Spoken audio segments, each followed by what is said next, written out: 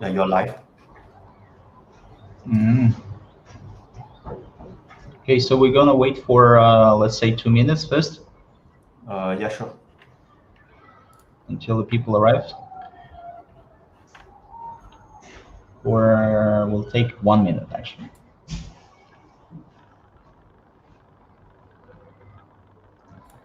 Ta, ta, ta, ta, ta.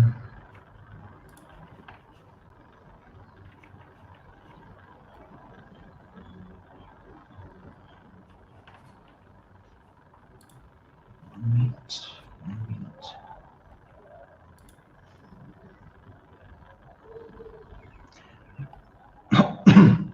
Meanwhile, if someone is in a comment, right, you can actually comment there saying hi.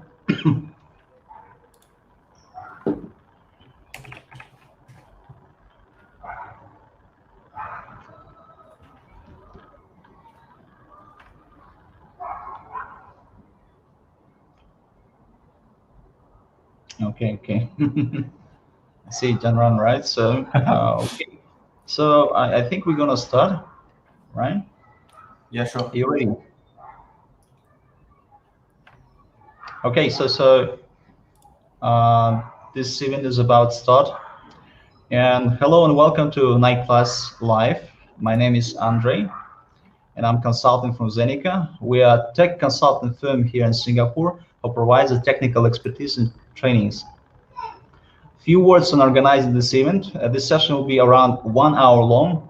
If you are really motivated to be by the topic, we can stay here at the end to discuss about it and answer your questions. This event going to be recorded and will be displayed on YouTube later. So if you have to leave for any reason, you can go there after or watch the previous ones. We will provide the link to this in the chat. So Zhang Ran is going to present the 17. And meanwhile, please ask the questions in the comment if you have any. We're going to gather them, and by the end of the session, he'll be answered with you. Please say hello in chat, and it would be nice to see who is attending this session. And if there's any questions, don't hesitate to answer or participate in discussions as well. So I'll pass the mic to the Zhang Ran, where he'll be introducing himself. Oh, okay. Thank you, Andre, for giving me the introduction, and thank you for everyone to coming for this presentation. So before I start, let me share my screen first. So this talk, okay, the reason why we present this talk is because traditionally, imagine if you are working as a software engineer or software developer, whenever you want to request some resources, infrastructure resources to for your new workload, probably you need to file a ticket or you need to inform the infrastructure team. So there are some time consuming, you need to take some time to request the resources. But whereas we want to ease the burden for the developers, so basically you can use Kubernetes by doing some simple configuration, for example, the number of replicas in this deployment file. So you can request additional resources. So this is the reason we want to talk about this Kubernetes, as well as how this Kubernetes help you to scale your workload. So let's get started to the actual presentation. So today the topic, we are going to cover a few points. The first one is the basic concept. Basic concept, we are going to cover some basic concept for Kubernetes, as well as the auto-scaling concepts. As we understand, some of the audience may not necessarily have deep experience in Kubernetes. So this is the reason we cover this. Then subsequently, we are going to cover this horizontal pod scaling, as well as the cluster auto-scaling. And last but not least, we are going to cover this vertical pod auto-scaling. So in between, due to we are going to do a live demo, some of the command will take quite some time to execute. So probably we will switch between this presentation as well as this live demo. So the demo will be done in this Google Cloud Computing platform. So I'm going to provision, actually the GKE cluster have been provisioned. So later on, we are going to see the details. So let's go to the actual presentation.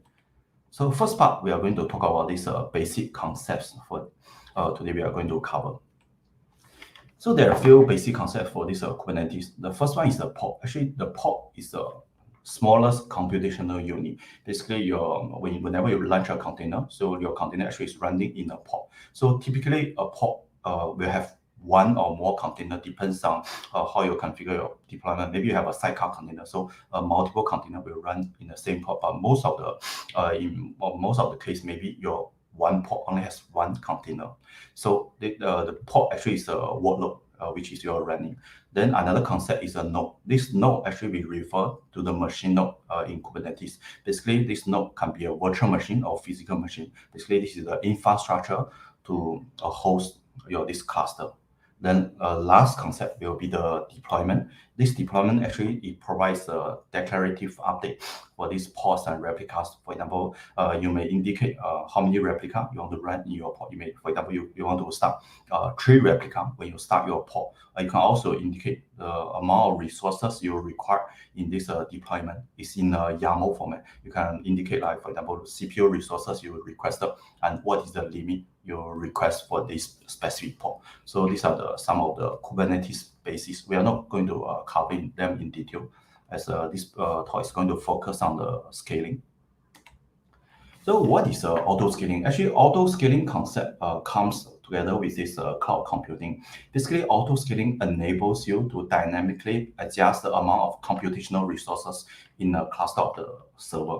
This definition was from Wikipedia. So in actual fact, imagine for some of us who is working in this IT industry for long enough, maybe you're coming from an on-premises environment, or maybe you're working with those physical machines or virtual machines without this auto-scaling capability. So the problem is, imagine I give you a concrete use case. If you're building a Kafka cluster, you're given 3 compute nodes to set up your Kafka cluster. While this workload increase, then you need to add additional node. So in this case, actually, it can be quite complex to provision the additional resources, then add in a new node. Then you need to include the new node in this Kafka cluster, because you need to notify for example, Zookeeper about the new node's IP address, all this. But whereas with this auto scaling, there is a burden. They can automatically scale up, basically increase the computational resources, or scale down or reduce the computational resources. So why do we need this auto scaling? As we mentioned just now, one of the reasons is to reduce the development maintenance effort. Then another one is some of the application, actually their load is not constant. Imagine if you're running maybe e-commerce website during the promotional seasons. Let's say if you're using Shopee, like 99 or 10, 11, all this promotional period, so their traffic can be quite high. So in this case, compared with the normal days, their traffic can be 10 times higher. So how are we going to handle the increment of the load? So we probably need to use auto scaling to help us to provision additional computational resources for your application to handle the additional load.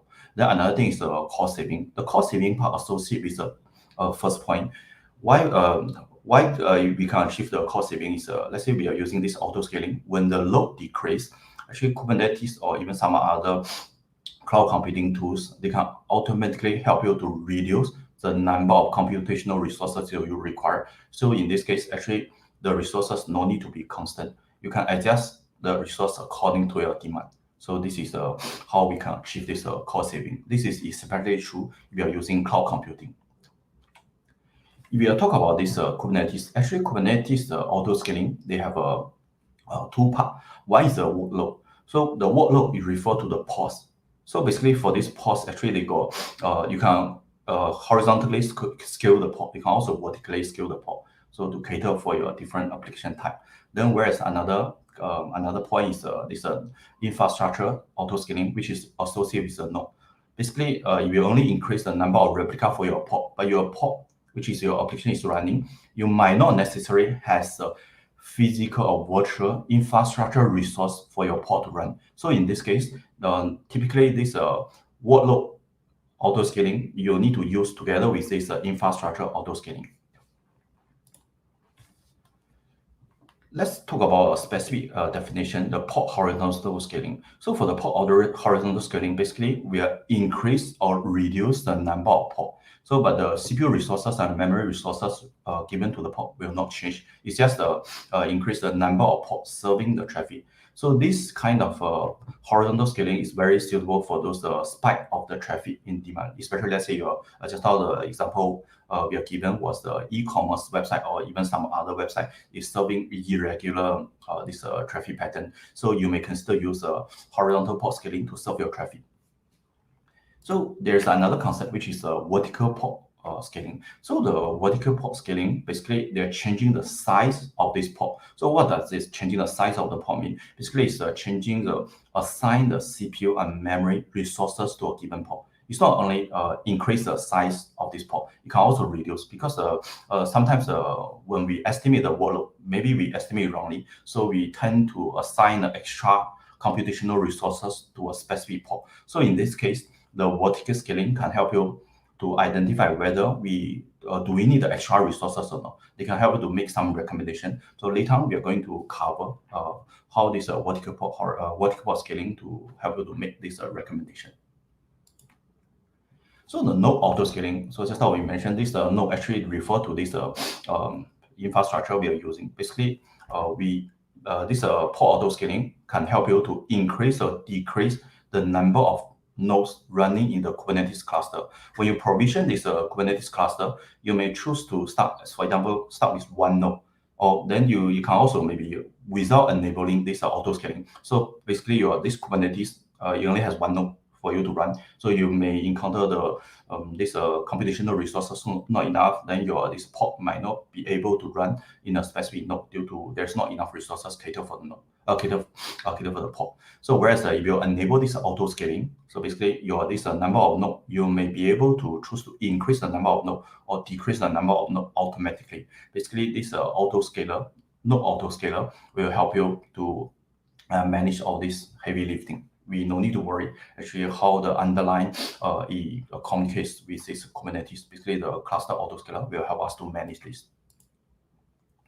Okay, let's come to the specific point, which is horizontal port scaling. So how does the horizontal port scaling work? There's a critical component, which is the horizontal port autoscaler. This horizontal port autoscaler, the 1.0 version released together with this Kubernetes 1.18. So basically, if you install a standard Kubernetes distribution, this horizontal port scaler, you no need to install the extra component. But whereas some like, for example, if you're using vertical port autoscaler, you need to still install. Later on, we are going to cover this part. So how does this horizontal port controls this number of ports, the number of ports. Basically, this horizontal port autoscaler will check the metrics from this API server. So actually, how does the information gather in the API server was this API server will aggregate the additional information from a metric server. So if you manage your own Kubernetes cluster in an on-premises environment, probably you need to install this metric server. But whereas we are using public cloud, like for example, GKE or even maybe EKS, so some of them already help you to install this metric server. So the metric server will pipe the information to this API server. So this horizontal port autoscaler will check the metrics from this metric server. So for example, if there are certain threshold is met, for example, if your CPU utilization is higher than your target, so in this case, they will increase the number of port to serving the traffic. This horizontal port autoscaler will change the number of port, will notify this Kubernetes to help you to provision additional port to serve the traffic. So your overall CPU utilization divided by the number of port running will be lesser than this target. So then whereas this horizontal port autoscaler will also help you to reduce the number of port if the traffic decreases. We will see a demo later. We are going to do a live demo for this changing of the number of port by using this horizontal port autoscaler, HPA. The algorithm behind this horizontal autoscaling, which is, as you can see, is quite simple. Basically, the target replica basically means how many port you're running is equivalent to the ceiling of this sum of the total current utilization divided by the target utilization. Then this target replica should be greater or equal to this minimum number of replica you indicate, and also less or equal to this maximum replica you indicate. Let's give a concrete example. Let's say, for example, the current number of port is 1. Then the current utilization is 130%. So you can configure the minimum number of port is 1 and the maximum number of port. Minimum number of replica is 1, maximum number of replica is 5. So in this case, actually, if you use this 130 divided by 50, which is equal to 2.6, the ceiling of 2.6 will be 3. So in this case, 3 replica will be provisioned, but provided you have a sufficient infrastructure to help you to run this port. If you only have one node, maybe your this single node might not be able to hold 3 ports. This is the case later on we may be able to see. Okay, next, we are going to talk about this cluster autoscaling. So as we mentioned just now, this cluster autoscaling actually is help you to auto-scale the underlying infrastructure. Like for example, we are using a virtual machine to host your nodes. There's a component, cluster autoscaler, basically constantly checks the API server. It gathers the metrics for your current port status. So if there's a two concept. So first concept is it can scale up, as we mentioned just now. So this cluster autoscaler can help you to increase the number of nodes. How does it work? Is this cluster autoscaler will check the metrics from the API server. So you may be able to set how frequently you monitor the metrics. Like by default, it's about 10 to 15 seconds. This cluster autoscaler will check these metrics from API server.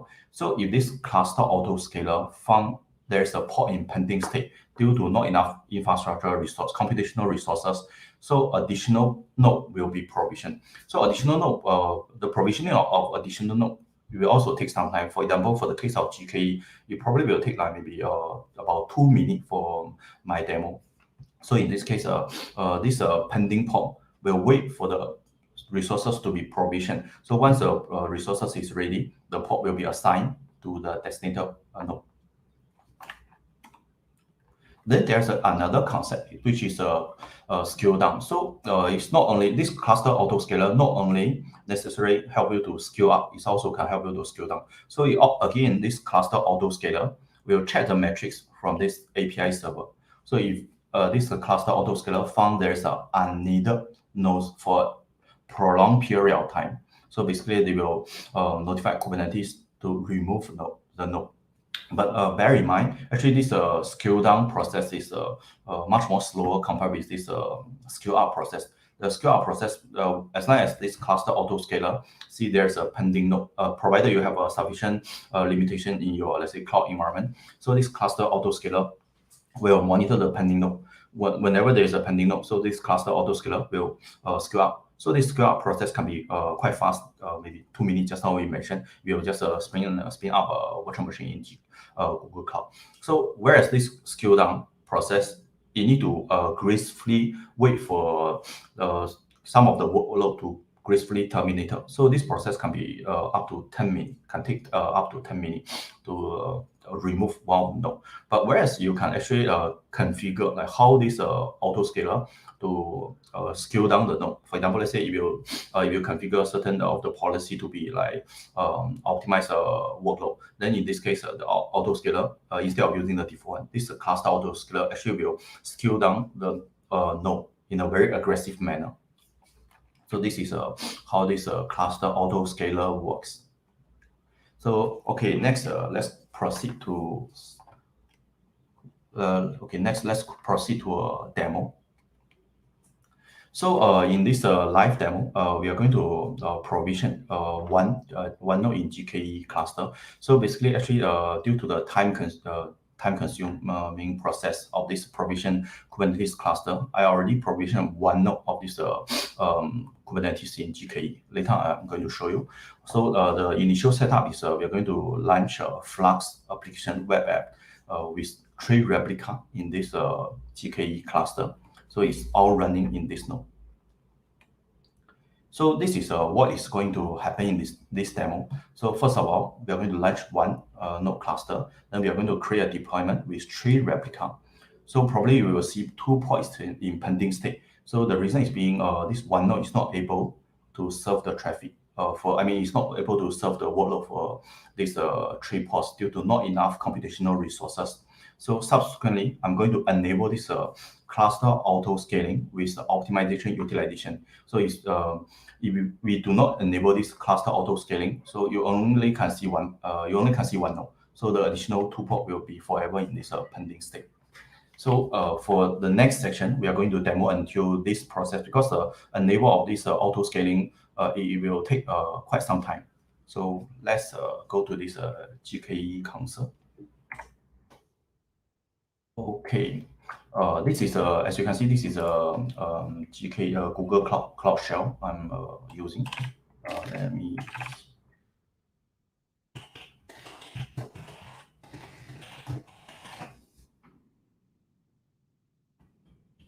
Okay, as you can see, for example, currently we have a one node Kubernetes cluster provisioned in this GKE. The status is ready. The age is 36 minutes. Actually, this cluster was just provisioned before this presentation started. So this is we cover the point 1. So what we are going to do is we are going to launch a deployment with 3 ports. So before we do that, I'm going to show you some of the script we are using to have a slightly better understanding. So this is the Flux app we are going to provision in a pod. So basically, I already built this Docker container and pushed to one of the private container registry in this Google Cloud. So what it does is actually this Flux application is very simple app. So basically, I launch a Flux server, open this port 8080. Then whenever there is a request to this port 8080, it will just process some CPU intensive operation, actually doing nothing. Then after this operation completed, it will return a hello world to our console. Later on, we can see from the live demo. So whereas for this pods, we are going to provision under this deployment. As you can see, this is one of the deployment we are going to provision later. So the number of replica is the total of replica we requested is 3. So as you can see from here, this container image we are using is a Flux demo. The version is 0.1. Then the port we are going to open is 8080.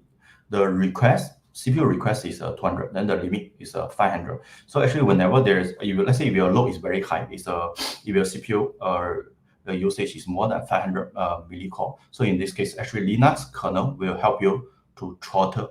The processing power. Whereas compared with this memory usage, let's say imagine you have a memory limit. So if your port exceeds the memory limit, so in this case, actually this Kubernetes will automatically help you to restart of your port. It will just restart the port, then your port will start to serve the traffic again. So this is the difference between this CPU request and this memory request. So let's go back to this terminal. I'm going to provision. I'm going to make this deployment. So the command is I will just copy paste to save time. So kubectl apply this deployment. Actually, the process can be very fast. Let's see what will happen.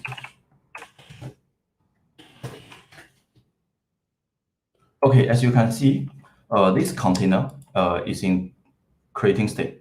This status will show this container, this specific container is in creating state. But whereas these two port will be in pending state. The reason is because we only have one node. One node is in this case is it's not able to have sufficient resources for all the port to be provisioned. Let's see.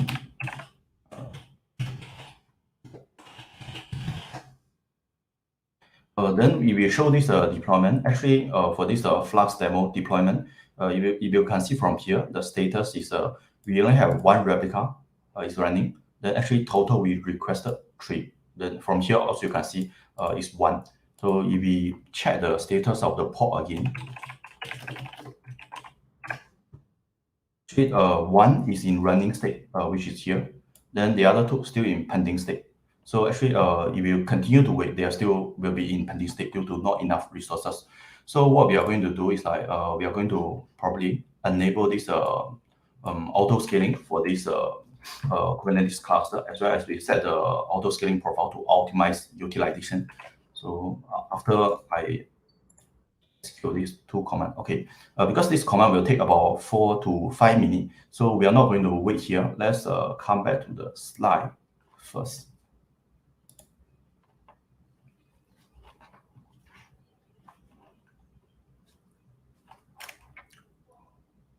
Okay, then as we can see, there are some action is going on behind. Let me show you what is okay, we cover here. So what is happening just now is you can see the green color. The green color means all the action we already covered. We launched one node cluster initially before the presentation started.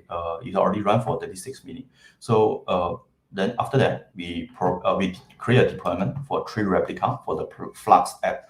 So actually 2 pods are in pending state. The reason why the 2 pods is in pending state is due to insufficient of the infrastructure resources.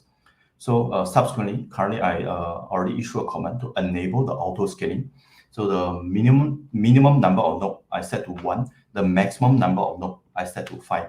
So the auto scaling profile I use optimized utilization. Basically, it means this cluster auto scaler will aggressively remove the node which is not in use. Actually, how this part is working is this cluster auto scaling. You need to work with this horizontal port scale, HPA. Basically, it's a horizontal port autoscaler. So this horizontal port autoscaler will help you to scale up and scale down the number of port running in your cluster. So in this case, this cluster autoscaler will help you to remove the node if the node is not in use for a prolonged period of time. So this orange color currently is showing the cluster autoscaler is checking with the API server. Basically, it will notice there's a pending port. There are 2 pending ports. So behind the scene, it will automatically provision the additional nodes to serve the needs of this provisioning of the port. So this process is this orange color currently is running in the background because the enable of this cluster autoscaling will take some time. So we are not going to wait. Let's proceed to the next step. So later on, we are going to use this Apache benchmark to issue some more HTTP traffic to the pods. So the next section, what we are going to talk about is vertical port scaling. This is another scaling mechanism exists in this Kubernetes. Actually, as we mentioned earlier on, this vertical port scaling is not part of the standardized Kubernetes distribution. Basically, what it happens is like you may be able to find in this GitHub repo, you can go to auto scaling folder. You can see there vertical port auto scaling. It's an open source tool. You may choose to build on your own if you manage your own Kubernetes cluster for on-premises environment, or if you use, let's say, for example, Minikube by default. Let's say you provision a 1 node Kubernetes cluster on your own machine. It does not come with this vertical port auto scaling as well as a metric server. So you need to provision them on your own. So whereas if you are using this, if you are using this GKE will help you to manage the underlying heavy lifting. So there's a difference. So if you are using this AWS EKS, actually just the command is different. So all of them support all this vertical port auto scaling. So for this vertical port autoscaler, basically also communicate with this metric server. So again, this API server will help you to aggregate the information from metric server. This metric server, there are a few API. This API server will help you to monitor all of them, aggregate the information. So this vertical port autoscaler will check the information. For example, let's say they will help you to monitor the CPU utilization. Then under this vertical port autoscaler, actually there are some additional component compared with this horizontal port autoscaler. There's a recommender. So what does the recommender do is like, actually this vertical port autoscaler will periodically help you to gather the information of your current running port. For example, let's say every 1 minute, they will collect the information of your port status. So in this case, this information will store in a database. So this vertical port autoscaler utilize this information to help you to make some recommendation for what is suitable for your port. So some of the use case for this vertical port autoscaler is like, let's say, imagine you're running a bash job.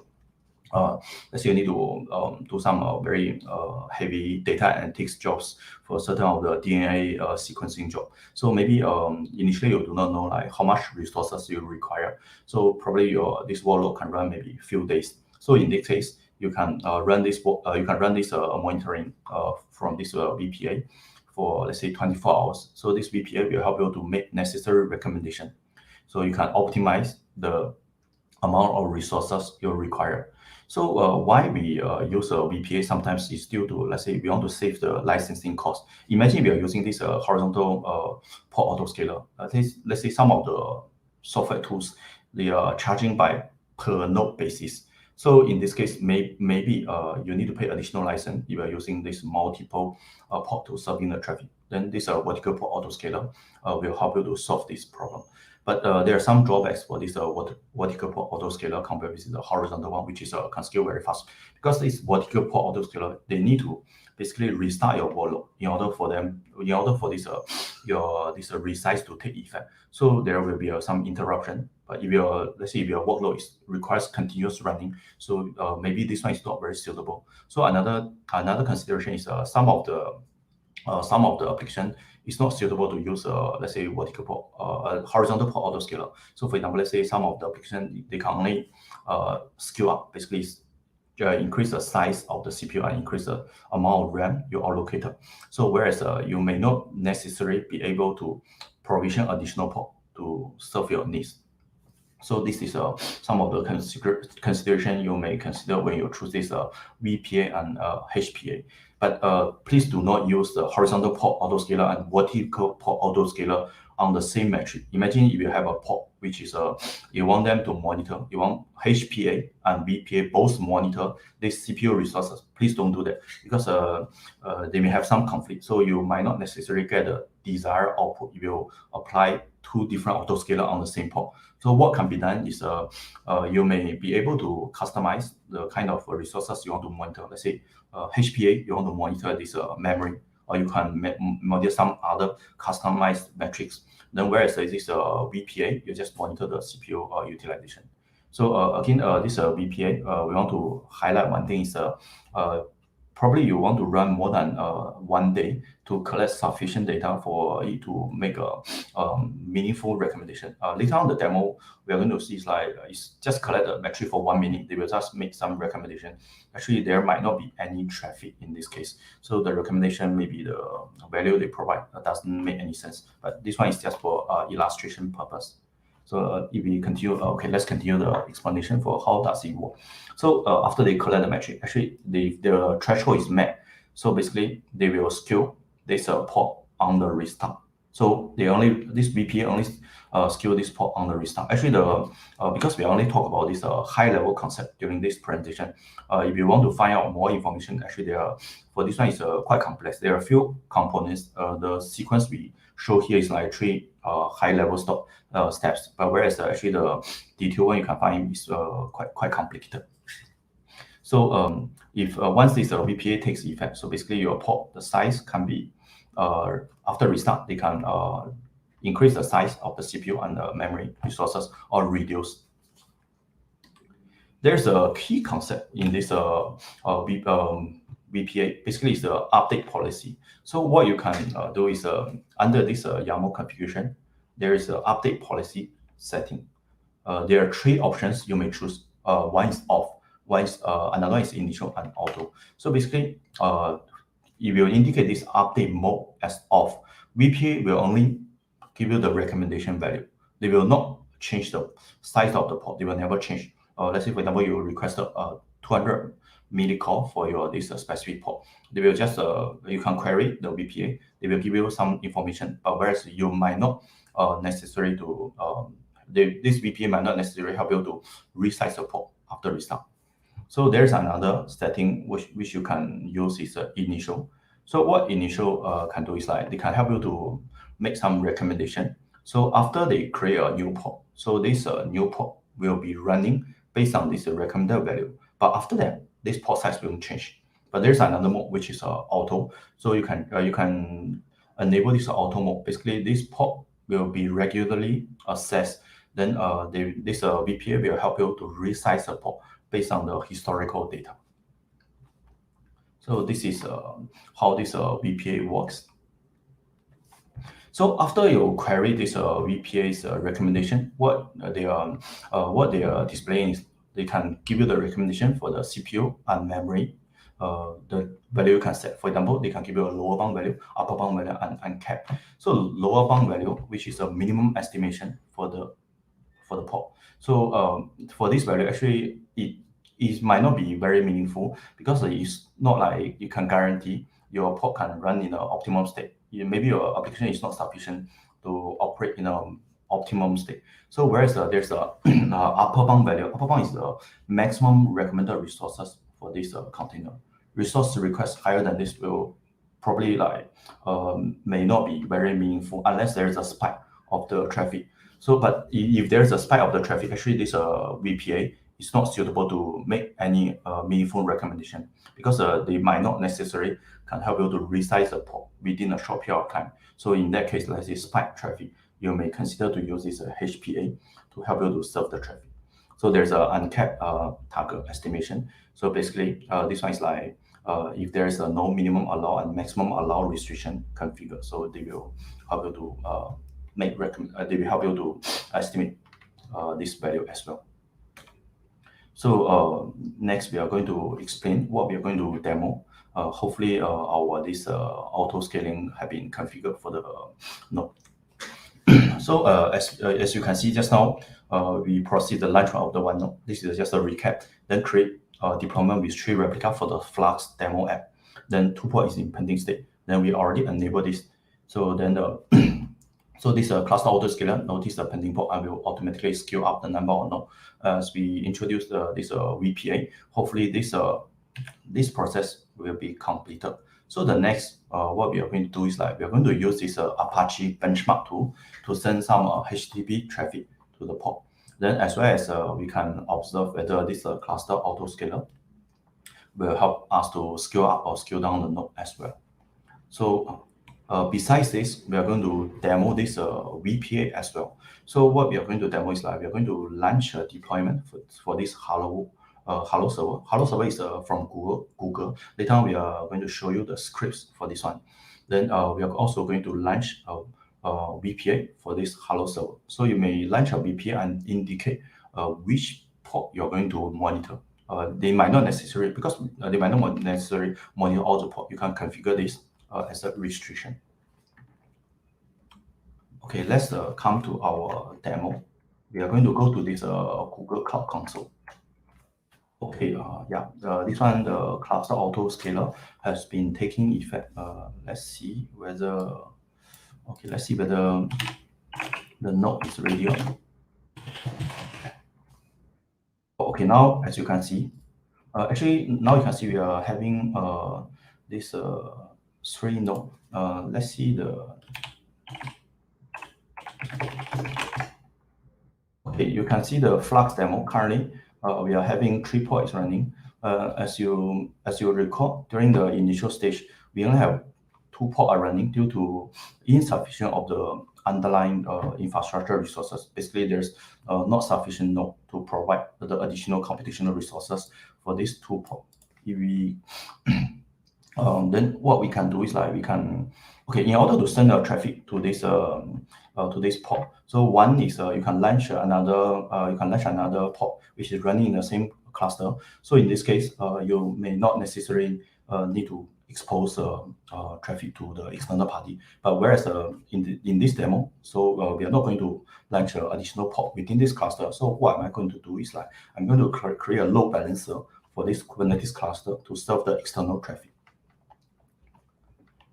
So let's sorry, before that, I think I need to enable the VP. Let's see whether we have this horizontal pod autoscaler.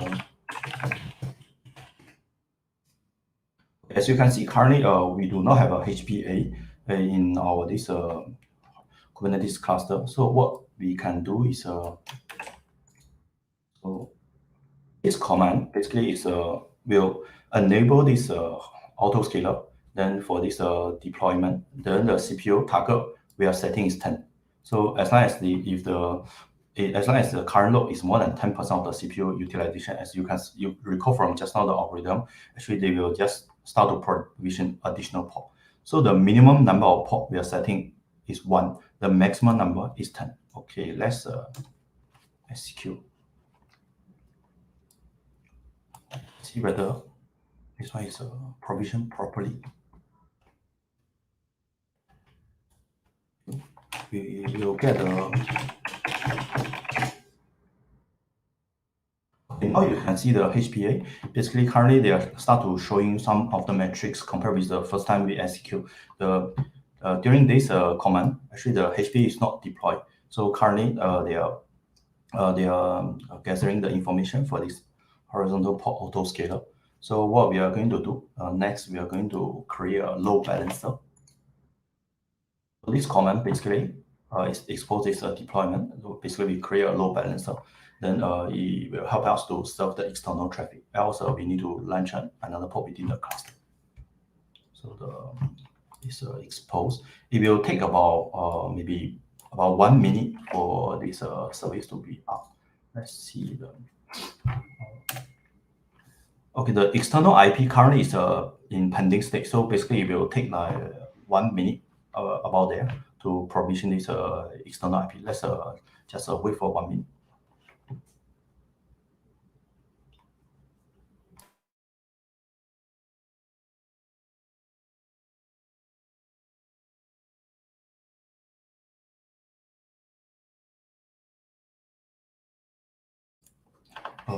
As I can see there, thank you for the questions. There are some very good questions. So probably later on after our demo, if you have sufficient time, I will address some of the questions. Actually, the question actually are very good questions.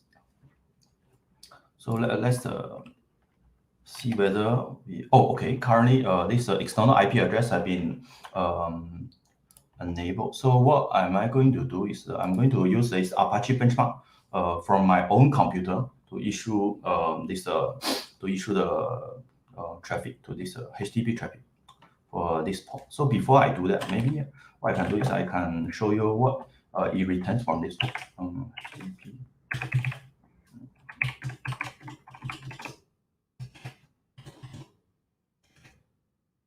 As you can see, this is a hello world we are deploying from this Flux app. Actually, it does nothing. It's just return a hello world after doing some CPU intensive jobs. So the next, I'm going to use Apache benchmark. So I'm going to open the tool from my own computer. So this window you see actually is from my own computer. So the command is AB Apache benchmark. Number of requests is 50. So concurrency is also 50. So the IP address is 34.87.79.0. Let's see how. Okay, let's take a look. So at the same time, we want to.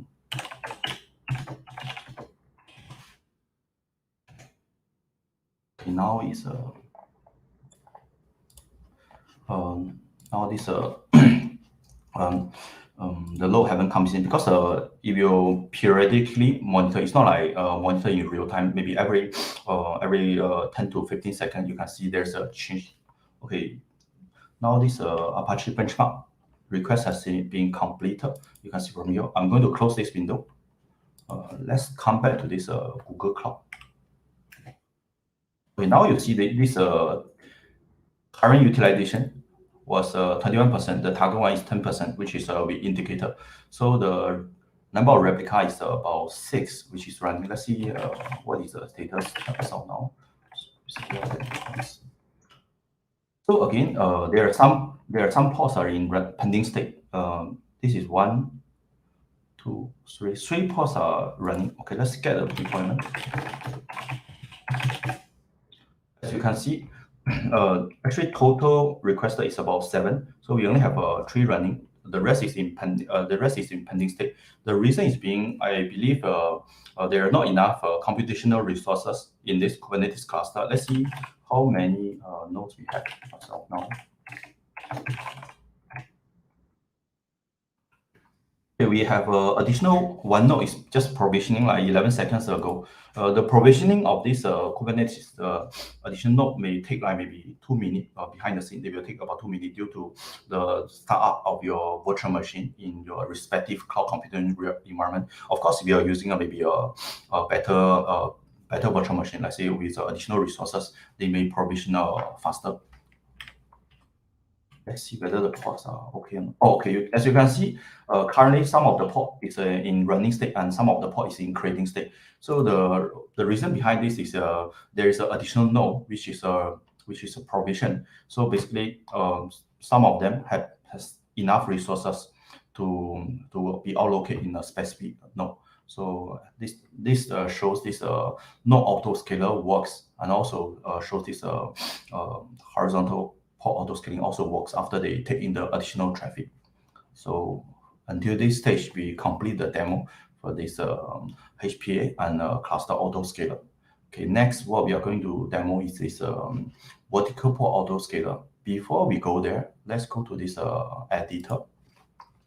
So I'm going to what I'm going to show you is here this hello server. Actually, this hello server is very simple. It's I get it from you can just this is a public repository, so anybody you can get from here. This source code also I mean this configuration also very easy to configure. So it does nothing, just launch one replica of this hello server. So another component we are going to deploy is this is a hello server VPA. So basically, it's a vertical port autoscaler. As you can see, the kind is a vertical port autoscaler. So the target reference, what we are targeting is this deployment. Then the name is hello server. The update policy, as we mentioned just now, the update policy we are using is off instead of auto. So what does off mean is it only collect the information of your this port. So it doesn't really change or resize the port after restart. So let's come back to this terminal. So what we are going to do, okay, before that we need to check whether our this vertical port autoscaling is running or not. I remember when I provisioned this one node cluster, actually I use a command to enable it, to enable this vertical port autoscaler. Let's confirm. So actually using Google is relatively easy. You can just use when you provision this Kubernetes cluster, you can just use some of the parameter to enable this vertical port autoscaling. As you can see, after you execute this command, this vertical port autoscaling is already enabled. So in this case, what we can do is let's deploy this hello server. We apply the deployment from a file. Okay, we are going to apply this.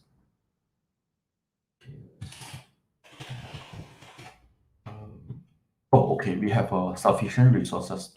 We have sufficient resources for this hello server because sometimes due to, for example, if I use Apache benchmark to issue additional requests, maybe within this tree node Kubernetes, they might not necessarily have additional computational resources for this hello server. So we might need to wait for some time. But this time we are lucky, I think.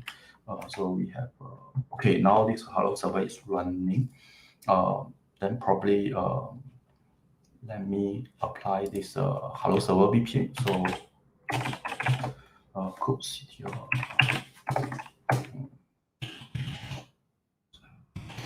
Okay, we are going to deploy this VPA for this hello server. Okay, port autoscaler creator. This initial collection will actually periodically collect the information. The initial collection will take about maybe 1 minute. So probably after 1 minute, let's we will take a look like how is the metrics recommended by this VPA. So before we go, before we check the VPA, let's go back to the editor. Let's take a look. So the request. So for this hello server, the requested CPU is 200. This is 200. You just remember this value. So we didn't really put a value for this memory. You can also put a request memory value. So they can when they provision this port, they will automatically help you to assign the corresponding value. I'm not sure whether this VPA have been taken effect. Okay, let's try to gather some information.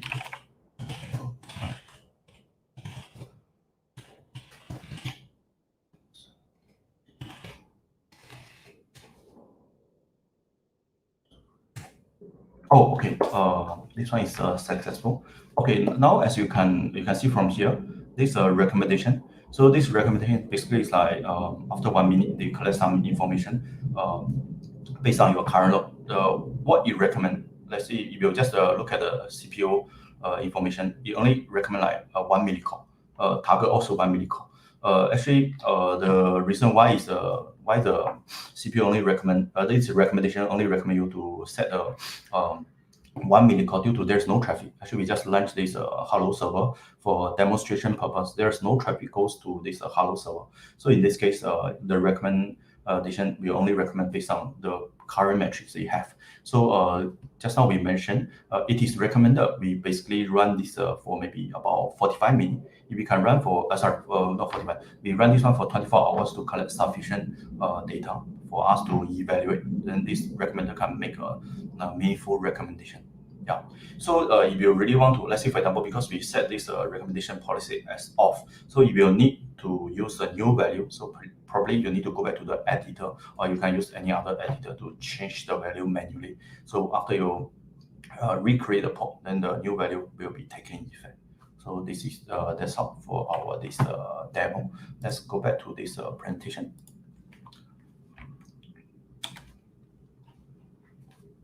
So, okay, what is happening until now? As you can see, now most of the steps we cover, actually all the steps we cover, then it becomes a green color. So until just now the step was we are using the Apache benchmark to issue some HTTP traffic to the pod. Then subsequently, this cluster autoscaler take effect. You may see they are actually scale up or scale down. Actually, we didn't see the scale down. Maybe after this presentation, I will just see whether the node have been scaled down or not. Because HPA will automatically remove the unnecessary port for this just now the Flux server, as there's no load at the moment. Then we are also setting this policy as very aggressive. So another demo we are doing is we are launching a hello server with one replica. So this one was used to demonstrate the vertical autoscaling capability. So we are launching a VPA for this hello server. So this VPA, as we see just now, there are some recommendation was made. Like for example, you can set a lower bound, upper bound, and cap limit for this CPU and memory resources. But of course, for our this demonstration, is just to demonstrate the concept, like how this VPA collect information. Just ignore the value. Actually, it doesn't make any sense. Because we can't really like demonstrate this one for 24 hours to collect 24 hours of data. So this is what is happening until now. Also, as a summary, so let's do a recap for our this NightClazz. So what we are doing was first of all, we introduced some of the basic concepts. We explained like what is the Kubernetes pod, what is the Kubernetes node, and what is the deployment. Then also we are introducing some of the general concept for this auto scaling, as well as we cover the concept for horizontal pod scaling. Just to remember, for horizontal pod scaling, it's very suitable to help you to handle those spike of the traffic. Let's say if you are running an e-commerce website like Shopee, maybe you are considering using a similar kind of mechanism, or maybe let's say even you are running just a Kafka cluster in Kubernetes. So in this case, you can also consider if your Kafka cluster need to increase the number of port to serve your traffic. Then this one can be done automatically if you are using a HPA. Then we also talk about the cluster autoscaling. Cluster autoscaling will help you to autoscale the infrastructure required to run your pod. So typically this cluster autoscaling, you need to work together with this horizontal pod scaler or even this VPA. The reason is being, you will only enable this cluster auto scaling without enable the rest. So it doesn't really make too much sense. It's not really very meaningful, as this cluster autoscaler will collect metrics, but there's might not be any pending port due to this HPA is not in place. So last but not least, we'll talk about this vertical pod autoscaling. Vertical pod autoscaling, basically you can get a recommended value to run your pod. You can also enable it to automatically help you to resize the pod, maybe to a larger size or smaller size. But in this demo, what we are doing is we just set the policy as off. We only gather some of the recommended value instead of automatically adjust the size of this pod. So let's try to address a few questions before we end. So at the same time, I will go to the next page first. So I will flash the question. So these are some of the reference information. Let's say if you are running a e-commerce website like Shopee, maybe you are considering using a similar kind of mechanism, or maybe let's say even you are running just a Kafka cluster in Kubernetes. So in this case, you can also consider if your Kafka cluster need to all those source code I demo, you can find from here. I'm going to post in this. Chat channel. So another one is appreciate. You may kindly fill in the feedback form. Your feedback is much appreciated. We want to hear from you, like what kind of difficulties you're facing. Let's say when you are using this Kubernetes, maybe potentially we can discuss further if you are interested. So this is information for this feedback form. I will post in this chat channel. So now let's answer maybe a few questions before we end. Now it's close to 8 p.m. So okay, let's.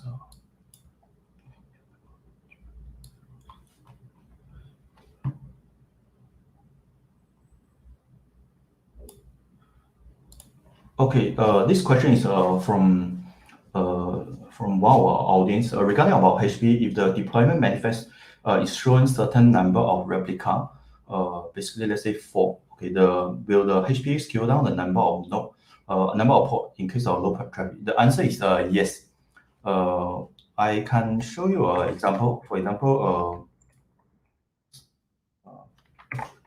let's say if I understand your question correctly, is let's say this is a current number of this is the initial number of replica is 3.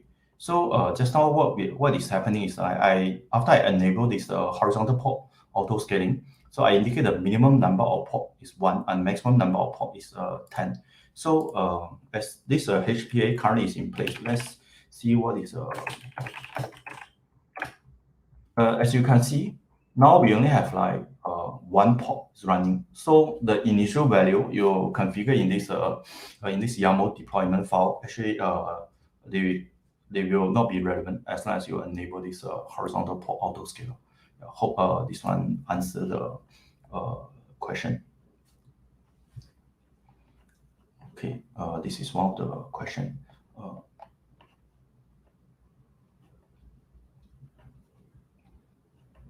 Okay, another question.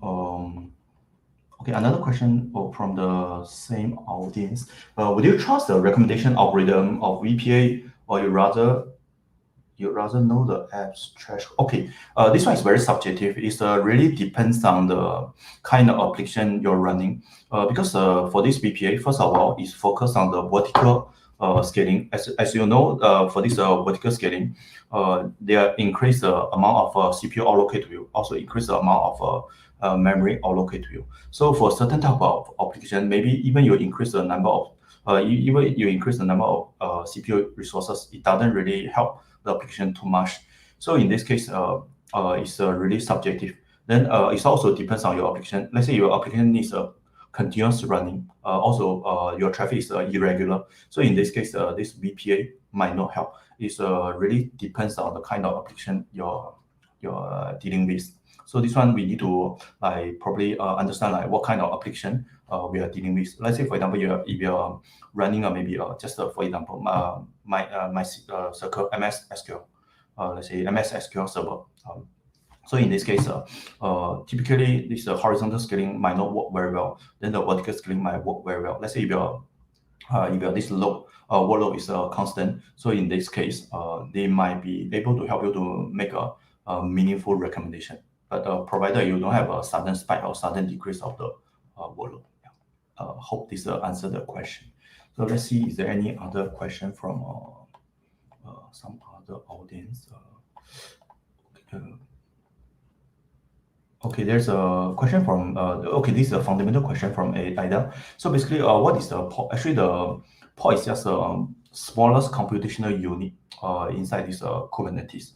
Basically, for this port, they allow your application to package as a container to run within the port. So the relationship is this port.